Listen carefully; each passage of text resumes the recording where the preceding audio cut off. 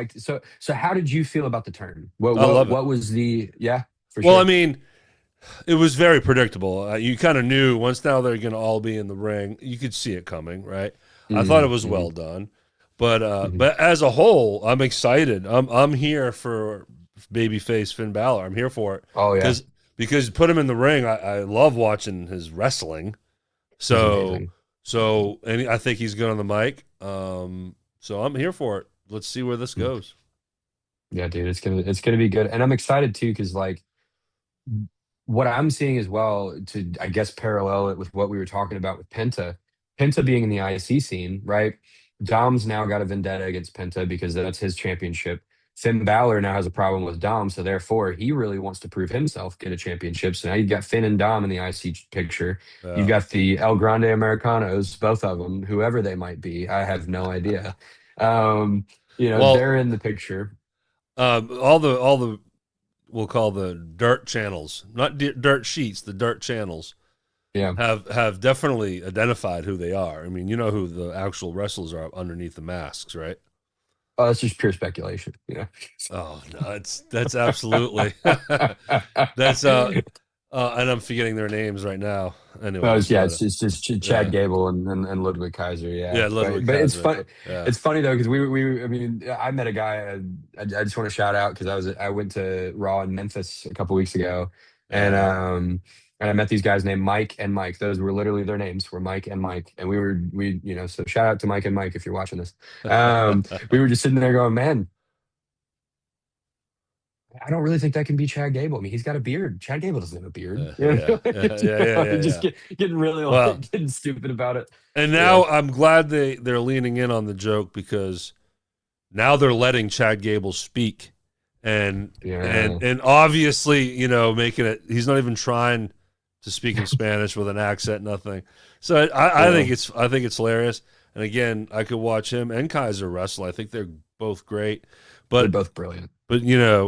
Danhausen has his hand in that because he cursed the original El Grande Americano, Uh-huh. and then who comes out to face Penta, and Penta's first defense of defending the Yeah. title was the Kaiser version.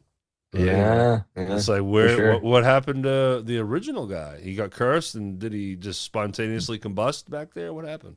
Well, it was funny too because you could see it in the background after he cursed him and he disappeared. The two other Americanos were in the background and they were like tiptoeing like cartoon villains, like right behind him, ready to I felt Yeah, like they were gonna like whack him with a hammer or something, like just something stupid. yeah.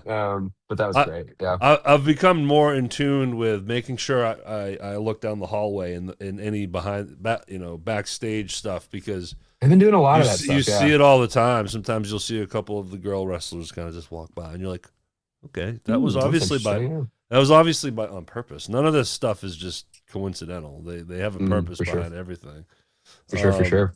but yeah, we'll see what happens with one Finn Balor. Yeah, Um, man. I yeah, think honestly, like what's been so cool to me about, I mean, there's obviously stories, and like I said, with having like Mike and Mike there, we know that there this, I always make the joke when I'm at the shows now, just because I think it's really stupid and funny to say, I just go, it's almost like it's planned or something, like, hmm I, hmm I, I just sit there and just matter of factly say that, and inevitably that usually gets a laugh out of whoever I'm sitting with, but it's just like, we all know that, but it's funny to me with storylines that feel, as we were talking about with Punk. I'll be honest with you, the main event night two of WrestleMania has my two favorites that are there because they're real and I buy every word that they say. Roman and Punk are two of my favorite yeah, people yeah, on TV. yeah, Um, for you growing up in an era where it was kayfabe was so protected, you know what I yeah. mean, where it was hmm so kind of under wraps, is it almost uncomfortable or weird that the backstage stuff is now so prevalent? Yeah. Or do you think that almost is a greater tool that they can use in their storylines? Well, I think after again, like I said earlier, 10 to 13 years of watching any damn documentary I can get my hands on, you know, um, I'm just fascinated with all the facets of this business. So Mm, it's not like the magician. revealed the trick for me. I love it, and if it's the wrestling is good, I get sucked in just like anyone else. You know, when it's good, it's good, and I can suspend disbelief and just enjoy it. Right. So, Mm. with that said, you know, I think we can talk. You know, bring in the Unreal series. You know, Ooh, yeah. because at first I was like, well, are they going to be? How close to current are they? Like, are they going to spoil anything? And Uh, so far, I don't feel like anything's been spoiled. And I do like how they go back a year or whatever, and mhm, they're working through the PLEs, which I think is cool. mhm. And I'm all in. I've watched both seasons like 3 times, binged it all. You know, I like I said, I can't get the uh the fandom of the behind the scenes stuff more. I can't get enough of it. And Mhm. seeing how Gorilla works, because now that to me that's what makes the Unreal series most fascinating. Is more than ever you're seeing Bruce Pritchard, Triple H, what's his nuts, There's Michael Hayes. Michael B. There's Hayes. Just yeah. seeing the producers and how they produce a match is Mhm, fascinating to me. mhm. You know, where I feel like it's bad is those moments where they've made themselves look like idiots.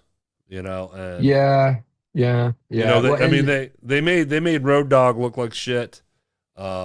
You mm, know, we all know the mhm. Chelsea Green thing with Michael Hayes. You know what I'm Jeez, yeah. saying?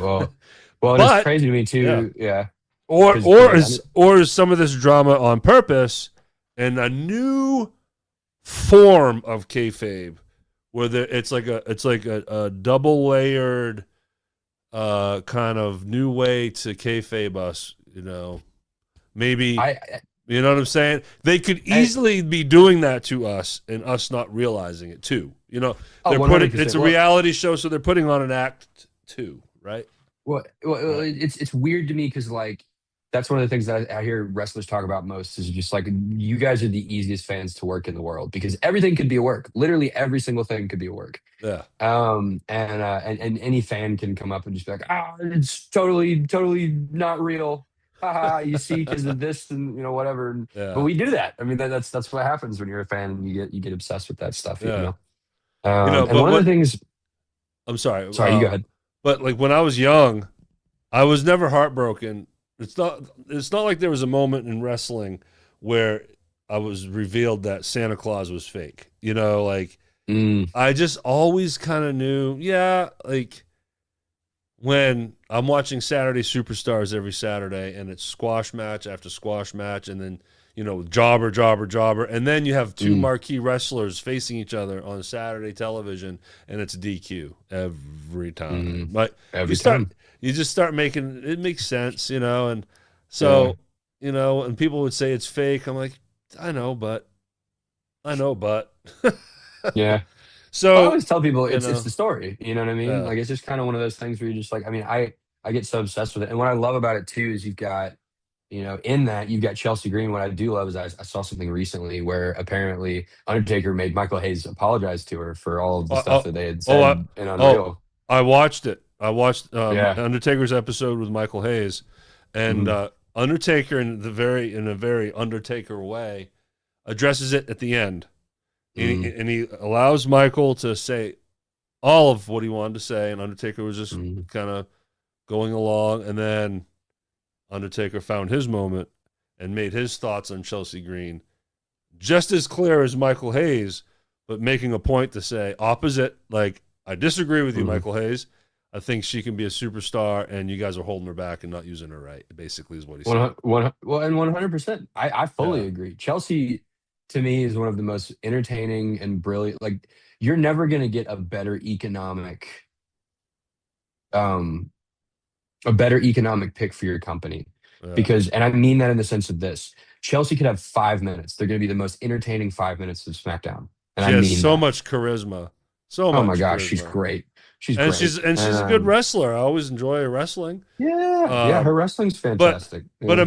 how cool though, Undertaker. He's seeing what's going on here, and he feels compelled enough to say, you know what? No, I'm going to protect a wrestler that I have respect for. That's And right. That's right. what better, with all the internet chatter with what Michael Hayes says on Unreal, who backs her up? Who does she get to see online backing her up? The And that's Undertaker, you know. Undertaker.